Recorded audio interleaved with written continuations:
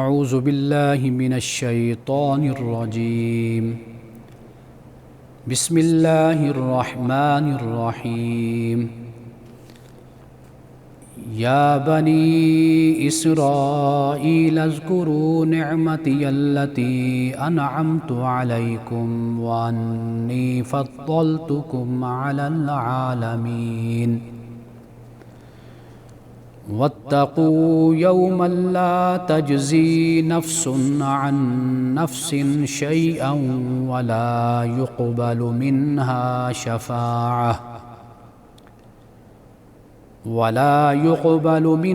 شفاعة ولا يؤخذ منها عدل ولا هم ينصرون وَإِذْ نَجَّيْنَاكُمْ مِنْ آلِ فِرْعَوْنَ يَسُومُونَكُمْ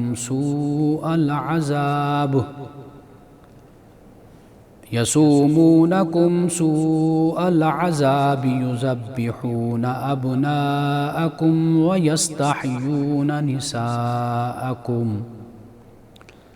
وَفِي ذَلِكُمْ بَلَاءٌ مِّن رَّبِّكُمْ عَظِيمٌ صدق اللہ العظیم۔ اے بنی اسرائیل، میں نے یاد کرو میری نعمت کو جو میں نے تم پر انعام کی، اور بے شک میں نے تمہیں اقوام عالم پر فضیلت دی، اور ڈرو اس دن سے کہ جس دن کوئی جان کسی جان کو فائدہ نہیں دے گی، اور نہ اس سے شفاعت کو سفارش کو قبول کیا جائے گا، اور نہ اس سے کوئی بدل یا معاوضہ لیا جائے گا، اور نہ ان کی مدد کی جائے گی۔ اور یاد کرو کہ ہم نے تمہیں نجات دی آل فرعون سے، وہ تمہیں بہت سخت عذاب دیتے تھے، تمہارے بیٹوں کو ذبح کرتے اور تمہاری عورتوں کو زندہ چھوڑ دیتے تھے، اور اس میں تمہارے رب کی طرف سے بڑی آزمائش تھی۔ پروگرام الکلام میں آپ تمام دیکھنے والوں کو خوش آمدید۔ گزشتہ پروگرام میں نے بات یہاں پہ ختم کی تھی کہ اللہ سبحانہ و تعالیٰ نے یہ فرمایا وَاسْتَعِینُوا بِالصَّبْرِ وَالصَّلَاةِ وَإِنَّهَا لَكَبِیرَةٌ إِلَّا عَلَى الْخَاشِعِینَ، کہ صبر اور صلاۃ نماز سے مدد لو، اور بے شک یہ نماز یقیناً بھاری ہے، مگر ان پہ بھاری نہیں ہے کہ جو خشوع کرنے والے ہیں۔ اور یہ خشوع کرنے والے فرمایا کہ جو یقین رکھتے ہیں کہ بے شک وہ اپنے رب سے ملاقات کرنے والے ہیں اور اسی کی طرف رجوع کرنے والے ہیں۔ یہاں پہ لقائے رب کا ذکر ہوا، یعنی یہ یقین اس بات پہ رکھتے ہیں کہ وہ اپنے رب سے ملاقات کریں گے۔ تو یہ جو ملاقات ہے اس کو قرآن مجید نے کس انداز سے بیان کیا ہے، یہ میں نے گزشتہ پروگرام میں عرض کی تھی کہ میں انشاءاللہ اس پہ تفصیل کے ساتھ بات کروں گا۔ قرآن مجید نے اسی لقائے رب کو، رب سے ملاقات کرنا، اس کو مختلف مقامات پر بیان کیا ہے، اور یہ مومنین کے لیے بہت بڑی نعمت ہے، اللہ کی طرف سے بہت بڑا انعام ہے کہ وہ اپنے رب سے ملاقات کریں گے۔ اور وہ لوگ کہ جو ساری زندگی کفر کرتے رہے، سرکشی کرتے رہے، عناد اور عداوت میں رہے، کل قیامت کے دن اللہ ان سے ملاقات تو کیا، اللہ ان کی طرف نہ دیکھے گا اور نہ اللہ ان سے کلام کرے گا۔ سورۃ البقرہ میں اس بات کو بیان کیا گیا، یعنی اللہ کا نہ ملنا، نہ دیکھنا، نہ ملاقات کرنا، نہ کلام کرنا، یہ بہت بڑی اذیت اور بہت بڑا ایک عذاب ہوگا ان لوگوں کے لیے کہ جو دنیا میں سرکشی کرتے رہے اور رب کے حکم کے سامنے اپنے آپ کو سرنڈر نہیں کیا۔ لیکن وہ لوگ کہ جو دنیا میں اللہ کے سامنے خود کو سرنڈر کرتے رہے اور جھک گئے، اللہ کے حکم کو بجا لائے، تو وہ لوگ ایسے ہوں گے کہ اللہ ان سے ملاقات کرے گا۔ یہاں پہ ایک نقطہ میں بیان کرتا چلوں کہ قرآن مجید نے رب کو دیکھنا، احادیث رسول صلی اللہ علیہ وسلم میں تو اس کا بیان ہے، قرآن مجید نے جس اسلوب اور جس انداز میں بیان کیا ہے اس میں دونوں معنی نکلتے ہیں، یعنی رب کو دیکھنا ہے یا نہیں۔ اس لیے امت میں یہی 2-3 گروہ رہے ہیں کہ جنہوں نے یہ کہا کہ رب کو دیکھا نہیں جا سکتا، نہ دنیا میں نہ آخرت میں۔ ایک گروہ نے کہا کہ دنیا میں تو ممکن نہیں ہے لیکن آخرت میں دیکھا جائے گا، اللہ لوگوں کو اپنا دیدار کروائے گا، یہ بھی ہے۔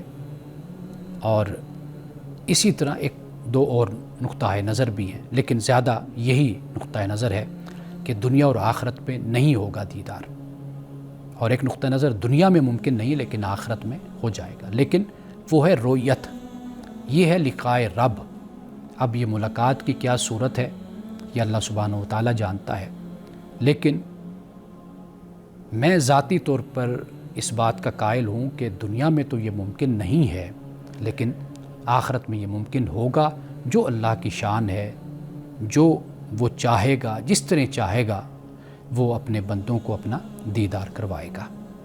اس پہ بھی چند آیات اور مقامات ہیں، وہ میں آخر میں اس کو بیان کرتا ہوں۔ سب سے پہلے دیکھیے کہ اللہ سبحانہ و تعالیٰ نے فرمایا کہ من کان یرجو لقاء اللہ فإن اجر اللہ لآت، کہ جو اللہ سے ملاقات کی امید رکھتے ہیں، یہاں یرجو یعنی جن کو اس بات کا شوق ہے، طلب ہے، تڑپ ہے، لگن ہے کہ ہم اللہ سے ملاقات کریں، تو فرمایا کہ وہ جو مدت ہے، وہ جو وقت ہے وہ آنے والا ہے، اللہ اس کو لانے والا ہے، یعنی قیامت آنے والی ہے۔ وَهُوَ السَّمِيعُ الْعَلِيمُ، اور وہ اللہ سمیع علیم ہے۔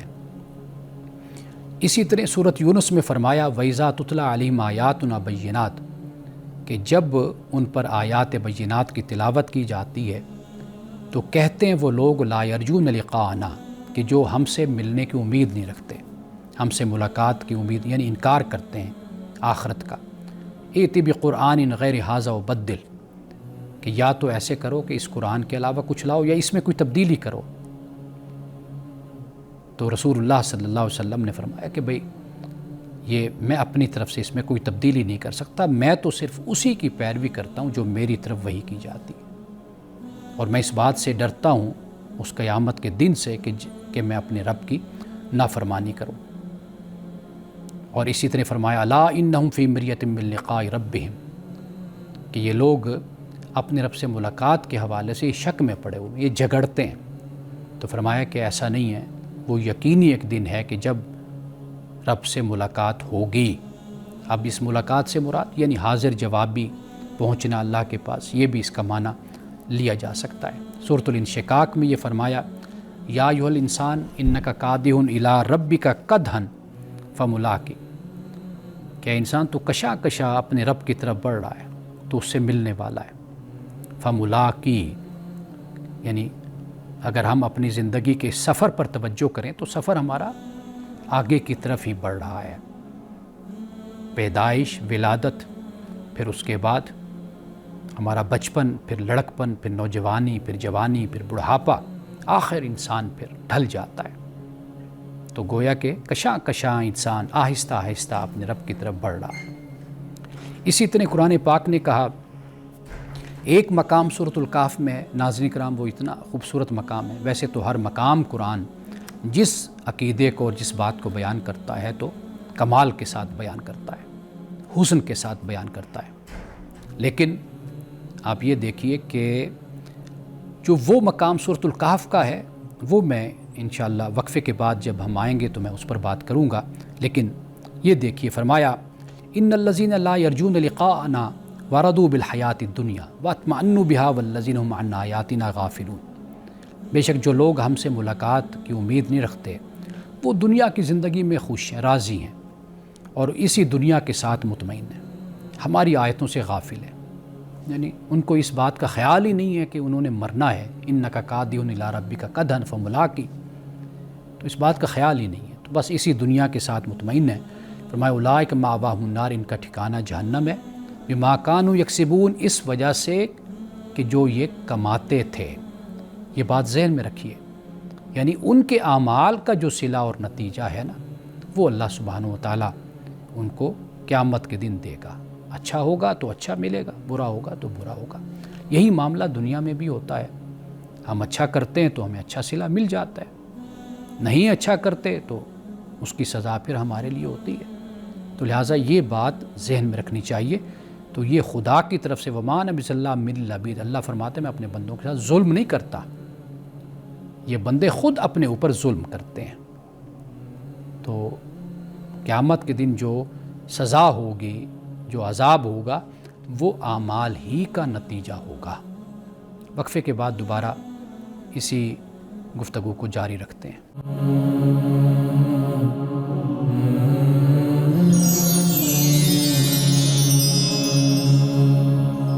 وقفے کے بعد دوبارہ آپ کی خدمت میں حاضر ہیں۔ ہم بات یہ کر رہے ہیں کہ اللہ سبحانہ و تعالیٰ سے ملاقات، اسے قرآن مجید کیسے بیان کرتا ہے۔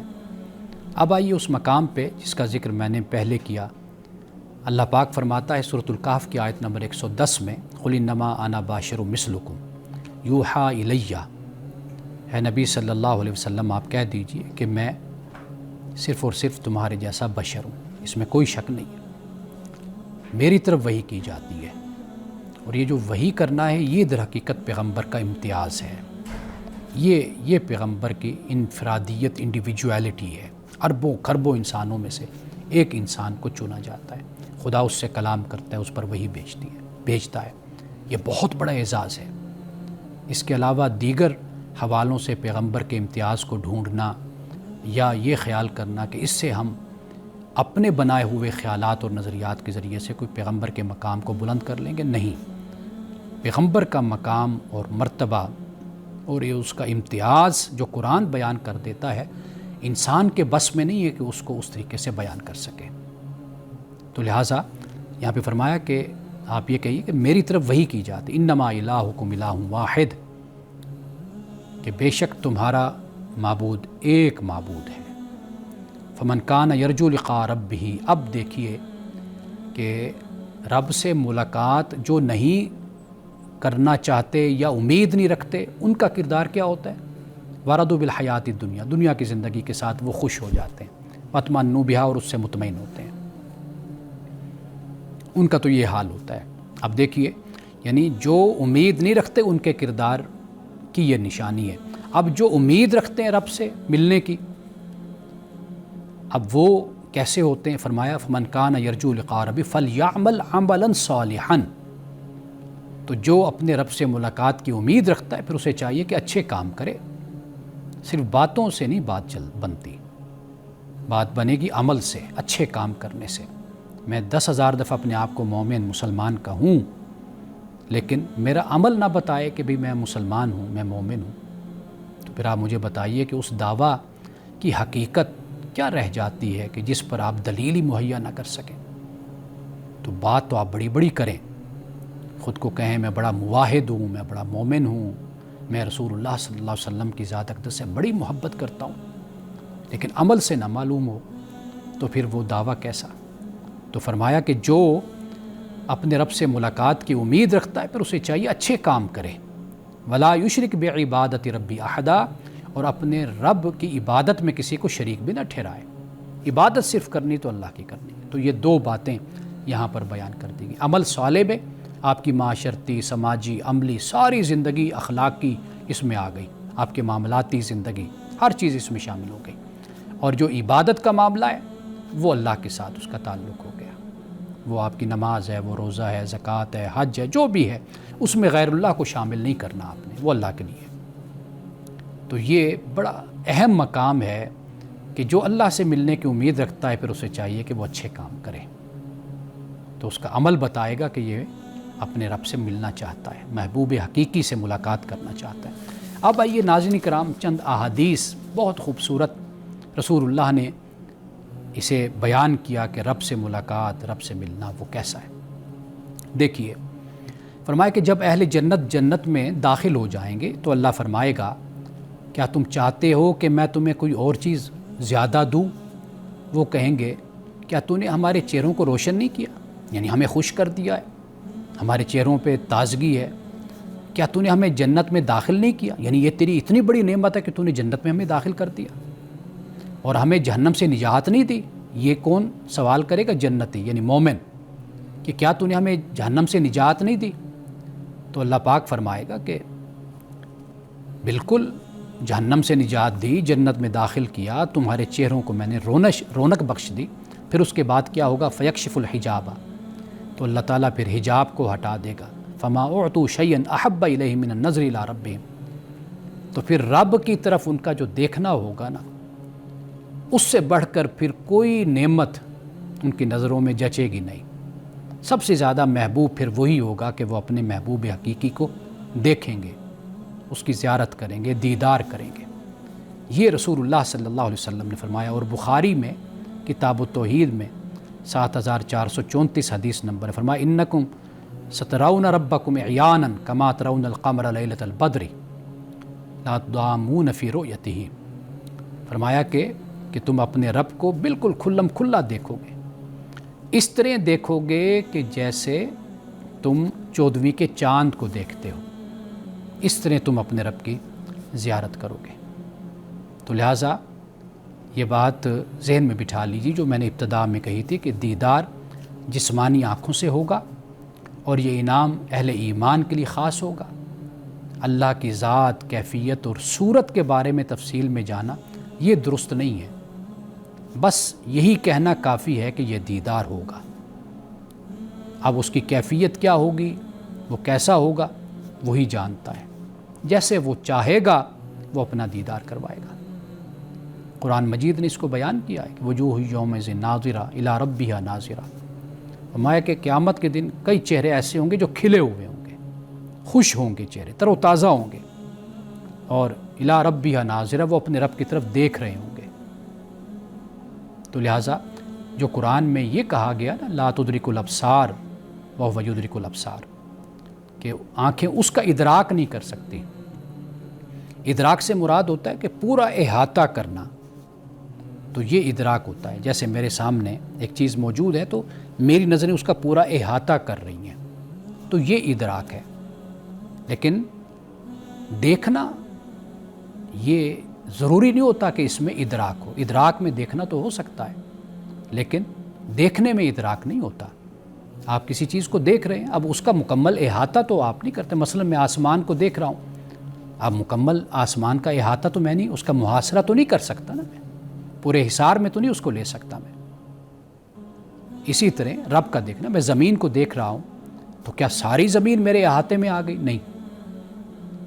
تو یہ جو دیکھنا ہے یہ ضروری نہیں ہوتا کہ پورا اس کا ادراک ہو، پورا احاطہ ہو۔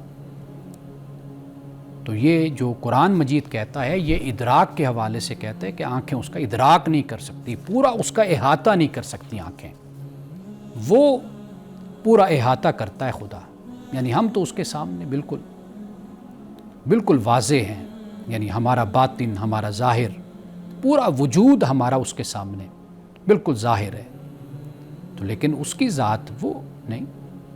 تو لہٰذا جو رویت بھی خدا کی ہے، رویت باری تعالیٰ، قیامت کے دن، حشر کے دن جو اللہ اپنی رویت کروائے گا، اپنا دیدار کروائے گا، تو اس میں ادراک نہیں ہے۔ قرآن ادراک کا انکار کرتا ہے کہ خدا کا ادراک نہیں ہو سکتا۔ تو لہٰذا جو میں نے آغاز میں بات آپ سے کہی کہ میرا عقیدہ یا جو میں سمجھا ہوں قرآن سے، حدیث سے، وہ یہی بات ہے کہ قیامت کے دن اللہ سبحانہ و تعالیٰ کی جو ملاقات ہے، اس ملاقات سے بھی یعنی رب کی رؤیت ہے، رب کا دیدار ہے۔ اور اللہ قرآن مجید میں ایک مقام پر نہیں، کئی مقامات ہیں جہاں پہ اللہ سبحانہ و تعالیٰ اس بات کو بیان کرتے ہیں۔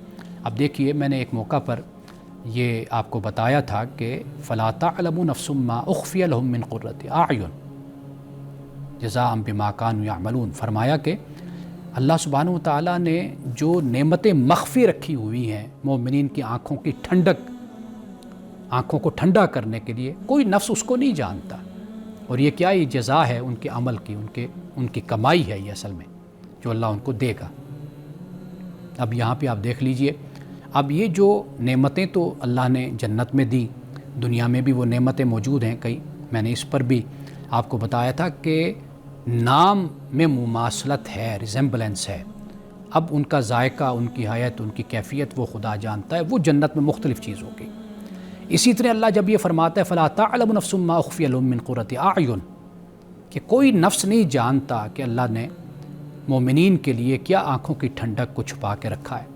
اب وہ کیا ہے آنکھوں کی ٹھنڈک، وہ اللہ جانتا ہے، لیکن ہمیں قرآن کی آیات سے اور احادیث رسول صلی اللہ علیہ وسلم سے یہ معلوم ہوتا ہے کہ اس سے مراد ہے آنکھوں کی ٹھنڈک سے کہ اور بہت کچھ مخفی ہوگا، ضرور پوشیدہ ہوگا، لیکن ان میں سے ایک آنکھوں کی ٹھنڈک اللہ کا دیدار ہے، کیونکہ آنکھوں سے ہی خدا کا دیدار ہونا ہے نا، خدا کی رؤیت ہونی ہے۔ تو لہٰذا قرآن اور حدیث کو جب ہم پڑھتے ہیں تو یہ بات ہم پہ واضح ہو جاتی ہے کہ اس سے مراد اللہ سبحانہ و تعالیٰ کی رؤیت ہے۔ اب یہ بات واضح ہو گئی ہمارے سامنے، ہم نے قرآن کی 3 آیات کی، سورۃ البقرہ کی 3 آیات کی ہم نے تلاوت کی تھی، 47، 48 اور 49۔ تو اب ہمارے پاس وقت نہیں ہے، لیکن میں صرف ایک آیت میں اس کا جو ترجمہ کیا میں اس کی تفسیر مختصر بیان کر دیتا ہوں، چونکہ اس کا تعلق پہلی ایک آیت کے ساتھ ہے جو ہم پڑھ کر آئے ہیں، جہاں پہ اللہ نے فرمایا کہ اے بنی اسرائیل یاد کرو میری نعمت کو جو میں نے تم پر کی، اور میرے عہد کو پورا کرو تم، میں تم سے جو میں نے عہد کیا وہ میں پورا کروں گا، اور مجھ سے تم ڈرو، یہ فرمایا۔ تو یہاں پر یہ فرمایا کہ اے بنی اسرائیل یاد کرو میری نعمت کو جو میں نے تم پر کی، اور آگے یہ فرمایا کہ یہ میں نے تمہیں فضیلت دی، مرتبہ دیا، یعنی تمہیں دنیا کی قیادت، سیادت، امامت میں نے تمہارے سپرد کی، اقوام عالم کا تمہیں میں نے امام بنایا، تمہیں لیڈر بنایا، لیکن تم نے کیا کیا؟ تم خوش فہمیوں میں مبتلا ہو گئے، غلط فہمیوں میں مبتلا ہو گئے، تم نے ذات پات، گروہ بندی، فرقہ واریت، تم نے اس کو اپنے لیے نجات کا ذریعہ بنا لیا، سبب بنا لیا، تم نے میرے دین کو چھوڑ دیا۔ اب وہ کیا ان کے عقائد اور نظریات بن گئے؟ اب ان کا ذکر پھر آیت نمبر 48 میں ہوتا ہے، وہ انشاءاللہ تعالی ہم بات کریں گے اس پر، اور کل بات کریں گے۔ ایک وقفہ لیتے ہیں، وقفے کے بعد آپ کے سوالات کی طرف۔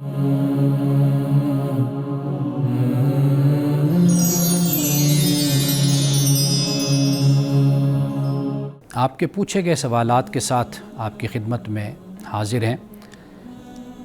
سورۃ الفاتحہ کے حوالے سے ایک سوال مجھ سے پوچھا گیا ہے، اور وہ سوال یہ ہے کہ اگر ایاک نعبد ایبسلیوٹ سرویچیوڈ ہے تو انسانی آزادی کہاں کھڑی رہ جاتی ہے؟ کیا یہ آیت آزادی انسان کو محدود کرتی ہے یا کمال تک پہنچاتی ہے؟ یعنی اپنے آپ کو کلی طور پر سپرد کر دینا، تو اس سے جو انسان کی آزادی ہے وہ کہاں کھڑی ہوئی ہے؟ یعنی انسان آزاد ہے، تو جب انسان خود کو کلی طور پر رب کے سپرد کر دیتا ہے تو پھر یعنی اس کی آزادی کی حیثیت پھر کیا رہ جاتی؟ یہ سوال ہے۔ دیکھیے ایاک نعبد میں جو بندگی ہے اس کا یہ اعلان مطلق ہے بندگی کا، یعنی انسان اپنی ذات، خواہش اور اختیار سب اللہ کے سامنے جھکا دیتا ہے۔ حقیقت یہ ہے کہ انسان کبھی بھی مطلق آزاد نہیں ہوتا، یعنی کوئی یہ خیال کرے نا کہ وہ مطلق آزاد ہے تو وہ نہیں ہوتا۔ یعنی اگر آزادی کا مطلب ہر خواہش کی تکمیل ہے تو یہ دراصل حیوانیت ہے، یہ انسانیت نہیں ہے۔ یعنی آپ اگر آزادی کو بھی ڈیفائن کریں تو اس آزادی پر بھی کچھ حدود ہوتی ہیں، کچھ پابندیاں ہوتی ہیں، کچھ اس کی شرائط بھی ہوتی ہیں۔ اگر آزادی کا مطلب کمال فطرت تک پہنچنے کا راستہ، تو پھر ایاک نعبد ہی اس راستے کو ممکن بناتا ہے۔ یعنی کمال فطرت تک اگر آپ نے کمال تک پہنچنا ہے اور اپنی آزادی کو انجوائے کرنا ہے تو آپ کو کہیں پر سبمیشن کرنا ہوتا ہے۔ اس سبمیشن کے کرنے کے بعد جو پھر آپ کو آزادی ملتی ہے، یعنی ایک خدا کو ماننا، ایک خدا کے سامنے جھکنا، یہ آپ کو نجات دے دیتا ہے کہ آپ اپنے معاشرے کے اور دنیا کے خداؤں کے سامنے جھکتے نہیں ہیں، ان کے سامنے جھکنے سے بچ جاتے ہیں۔ آپ دیکھیے جب خدا کو نہیں مانا جاتا تو پھر انسانی تاریخ بتاتی ہے کہ پتھروں کی پوجا ہوئی، معبود گھڑ لیے گئے، پہاڑوں کی پوجا کی گئی، سمندروں کی گئی، سورج کی گئی، چاند کی گئی، آگ کی پوجا کی گئی۔ تو جب آپ ایک خدا کو مان لیتے ہیں تو گویا کہ یہ ایک آپ کی آزادی کا اعلان ہوتا ہے۔ وہ جو اقبال نے کہا نا کہ وہ ایک سجدہ جسے تو گراں سمجھتا ہے، 1000 سجدوں سے آدمی کو دیتا ہے نجات۔ یہ ایک سجدہ جو رب کے سامنے کرنا ہے، یہ 1000 سجدوں سے انسان کو نجات دے دیتا ہے۔ اتنا استغنا اور اتنا اعتماد، خود اعتمادی، کانفیڈنس یہ ایک سجدہ انسان کو دیتا ہے کہ انسان دنیا کے فرعونوں، نمرودوں اور بادشاہوں کو ٹھکرا دیتے ہیں۔ وہ کہتے ہیں میرا خدا فقط ایک ہے، کیونکہ یہ جو ایاک نعبد و ایاک نستعین ہے، کیونکہ صرف اللہ کی بندگی ہی انسان کو اس کی حقیقی منزل تک لے کے جاتی ہے۔ تو لہٰذا یہ بات یاد رکھیے کہ ایاک نعبد در حقیقت آپ کی جو آزادی ہے اس پر قدغن کا نام نہیں ہے، اس کو ختم کر دینے کا نام نہیں ہے، بلکہ آپ کو آزاد کرنے کا نام ہے۔ آپ اپنے جیسے لوگوں کے غلام مت بنیں، اپنے جیسے لوگوں کے عابد یا ان کے عبد مت بنیں، آپ ایک خدا کو مانیں۔ تو یہ ایک خدا کی غلامی یا عبدیت آپ کو دنیا سے آزاد کر دیتی ہے۔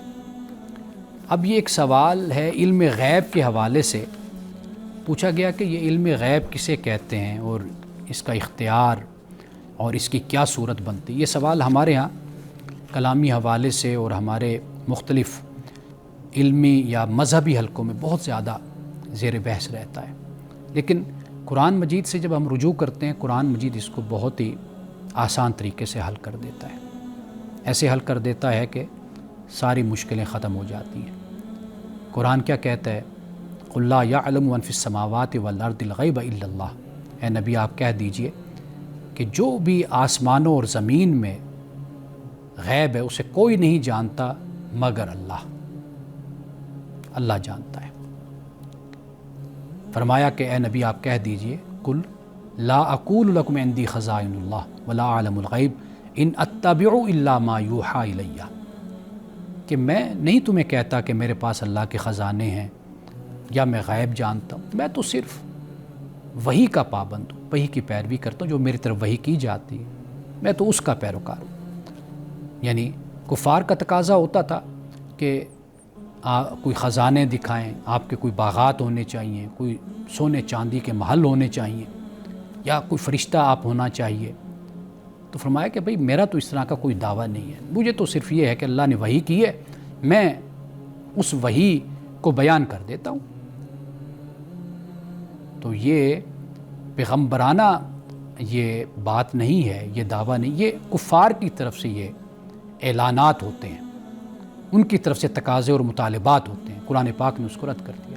جہاں سورۃ بنی اسرائیل میں یہ بات بیان ہوئی ہے کہ سونے چاندی کے محل یا فرشتے یا کتاب اترتے ہوئے دیکھیں، یا سیڑھی لگے تو اوپر جائیں وہ ہم دیکھیں، یا اوپر سے اترتا ہوا آپ کو دیکھیں، تو یہ سب کچھ ان کے مطالبات بیان کرنے کے بعد قرآن نے کہا کہ حل کنت الا بشر رسول، اے نبی آپ صرف یہ کہہ دیجئے کہ بھئی میں تو بشر رسول ہوں، انسان ہوں، رسول ہوں، اللہ نے مجھے پیغمبر پروفٹ بنایا ہے، بس یہ میرا مقام اور مرتبہ ہے، یہ میری ذمہ داری ہے، میں تم تک اللہ کے دین کو پہنچا رہا ہوں۔ تو یہ جو تمہارے تقاضے ہیں یہ تمہارے مطالبات ہیں، تم اپنی اصلاح کرو، دیکھو میں جو پیغام تمہارے پاس لایا ہوں وہ تمہاری اصلاح کے لیے ہے، تمہیں میں دین بتانے کے لیے آیا ہوں۔ اور یہ جو کچھ بھی ہے معجزہ جب اس کی ضرورت ہوتی ہے تو اللہ دکھا بھی دیتا ہے، لیکن وہ اللہ کے حکم سے ہوتا ہے۔ لیکن یہ بھی بیان کر دیا کہ عالم الغیب فلا یظہر علی غیب احدا، اللہ غیب کا علم جانتا ہے لیکن وہ کسی کو اپنے بندوں میں سے چاہتا ہے الا من ارتضی من رسول، کسی رسول کو، رسولوں میں سے وہ اپنے بندوں میں سے جو رسول ہیں ان کو اس پر اللہ تعالیٰ آگاہ کر دیتا ہے، ان کو بتاتا ہے۔ تو لہٰذا یہاں سے یہ بات معلوم ہو جاتی ہے کہ خدا کا جو علم ہے وہ ذاتی ہوتا ہے، اور جو پیغمبر کا علم ہوتا ہے وہ عطائی ہوتی ہے، عطائی ہوتا ہے، یعنی خدا عطا کرتا ہے۔ تو یہ فرق ہو گیا۔ قرآن مجید آخر عالم الغیب سے، علم الغیب سے ہی آتا ہے نا، قرآن نازل ہوتا ہے، آپ کو بتایا جاتا ہے۔ مستقبل کے بارے میں بھی قرآن مجید میں بہت کچھ بیان کیا گیا۔ سورۃ الروم کو آپ پڑھ کر دیکھ لیجئے، آغاز میں اس بات کو بیان کیا۔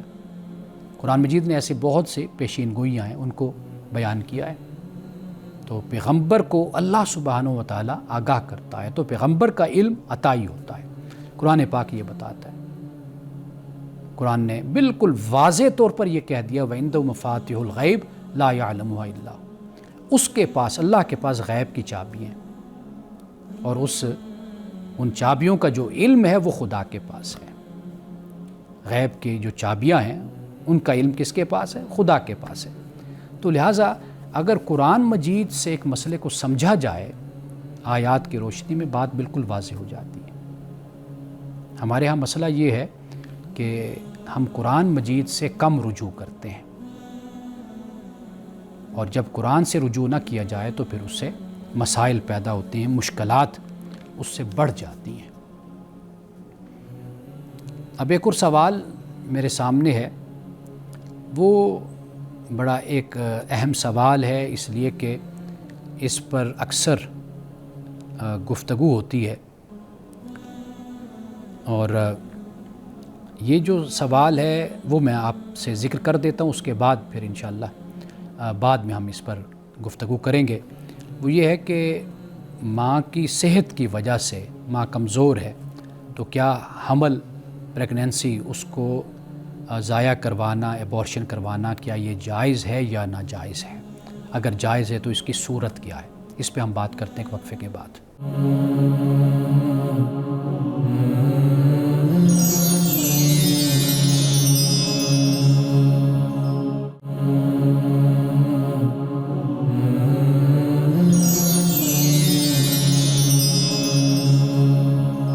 وقفے سے پہلے ایک بڑا اہم سوال میں چھوڑ کر گیا تھا، تو اسی سوال پر ہی ہم بات کرتے ہیں۔ وہ سوال یہ ہے کہ ماں کی صحت کی وجہ سے حمل کا ضائع کروانا، ایبورشن، کیا یہ جائز ہے یا ناجائز ہے؟ دیکھیے، پہلی بات یہ ہے کہ اولاد کا قتل جو قرآن پاک نے بیان کیا، میں اپنی بات کا آغاز یہاں سے اس لیے کر رہا ہوں کہ ہمارے ہاں یہ بڑی غلط فہمی ہوتی ہے کہ جب فیملی پلاننگ کی تعلیم دی جاتی ہے، اس کی طرف گائیڈ کیا جاتا ہے، تو لوگ یہ خیال کرتے ہیں کہ فیملی پلاننگ کرنا گویا کہ اولاد کا قتل ہے۔ ایسا نہیں ہے۔ جب ہم اولاد، ولد، یہ لفظ جب استعمال کرتے ہیں تو اس سے مراد جسم اور روح دونوں چیزیں ہوتی ہیں، یعنی ایک زندہ انسان، وہ اصل میں ولد، وہ اولاد ہوتی ہے۔ تو قرآن کہتا ہے کہ ان کا قتل تم نہ کرو، خشیت املاق، مفلسی کی وجہ سے، اس کے ڈر سے۔ بلکہ یہاں تو فیملی پلاننگ کا ثبوت ہے، اس لیے کہ جب آپ کے وسائل نہیں ہیں، مفلسی ہے، تنگ دستی ہے، پریشانی ہے، تو ایسے حالات میں، ایسے ماحول میں بچوں کی زیادہ پیدائش ان کو مزید صحت کے حوالے سے اور دیگر تعلیمی اور ان کی جو پرورش ہے اس حوالے سے ان کو مسائل کا شکار کرنا، اس کا یہ سبب بن جاتا ہے۔ یعنی آپ صحیح طریقے سے بچوں کو نہ کھلا سکتے ہیں، نہ پلا سکتے ہیں، نہ ان کی تربیت کر سکتے ہیں، نہ ان کی تعلیم کر سکتے ہیں۔ اس میں کوئی شک نہیں کہ خدا دینے والا ہے، خدا دیتا ہے، لیکن آخر تدبیر تو انسان ہی کرتا ہے نا۔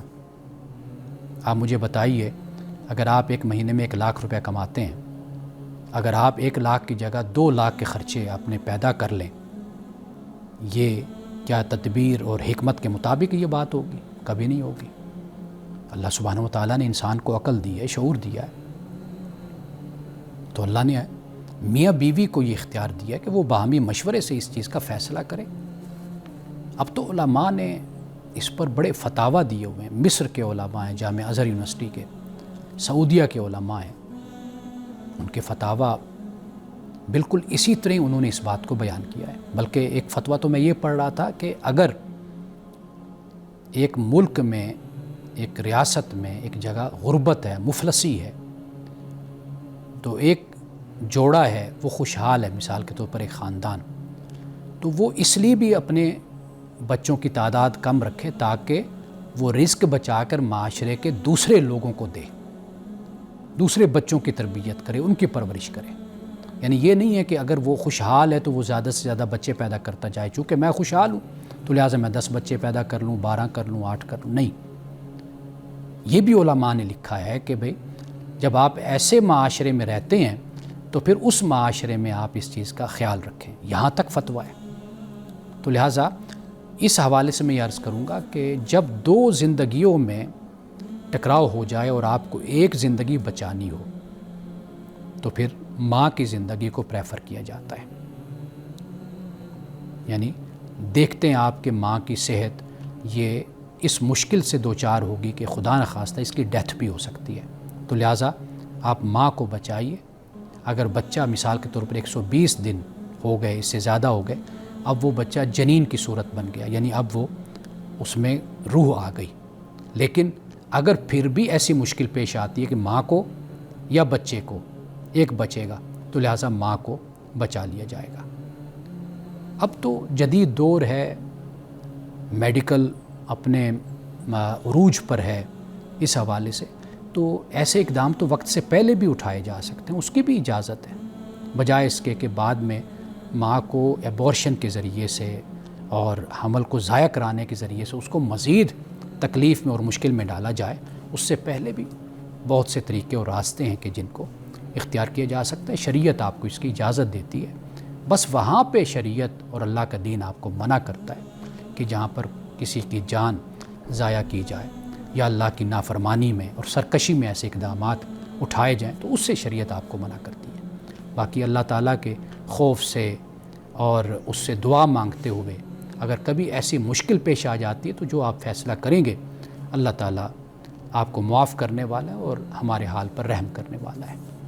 تو ناظرین کرام، جاتے ہوئے ایک حدیث اور یہ حکمت کی بات ہے اور آپ ذرا غور سے اس کو سنیے۔ فرمایا الا و ان الجسد مضغۃ، فرمایا کہ انسانی جسم میں ایک گوشت کا لوتھڑا ہے، اذا صلحت صلح الجسد کلہ، فرمایا جب وہ صحیح ہو جاتا ہے نا تو پھر سارا جسم صحیح ہوتا ہے، وَإِذَا فَسَدَتْ فَسَدَ الْجَسَدُ كُلُّ، جب وہ خراب ہو جائے تو فرمایا کہ پھر پورا جسم خراب ہو جاتا ہے۔ الا وہی القلب، خبردار، فرمایا وہ دل ہے۔ یہ جو تزکیہ نفس کی ہم بات کرتے ہیں، تزکیہ قلب کی، تزکیہ باطن کی، وہ در حقیقت یہ ہے۔ تو اگر ہم اپنے دل کا تزکیہ کر لیں، اس کو پاک کر لیں تو پھر کیا ہوگا؟ تو فرمایا کہ یہ پھر اس طرح ہوگا کہ تمہارا سارا جسم ٹھیک ٹھاک ہوگا، صحت مند ہوگا، اور اگر یہ خراب ہو گیا تو پھر سارا جسم خراب ہو جائے گا۔ ویسے بھی آپ دیکھیے کہ سارا مسئلہ بھی اسی پر ہوتا ہے کہ باقی چیزوں پر پھر بھی آپ چل جاتے ہیں، یعنی کچھ نہ کچھ وقت آپ کا گزر جاتا ہے، لیکن دل کی صورت ایسی ہوتی ہے کہ اگر کوئی اس میں بگاڑ آ جائے تو پھر زندگی کا اختتام ہو جاتا ہے، جینا مشکل ہو جاتا ہے۔ ناظرین کرام، انہی الفاظ کے ساتھ اجازت دیجیے، انشاءاللہ کل آپ سے دوبارہ ملاقات ہوگی۔ السلام علیکم ورحمۃ اللہ وبرکاتہ۔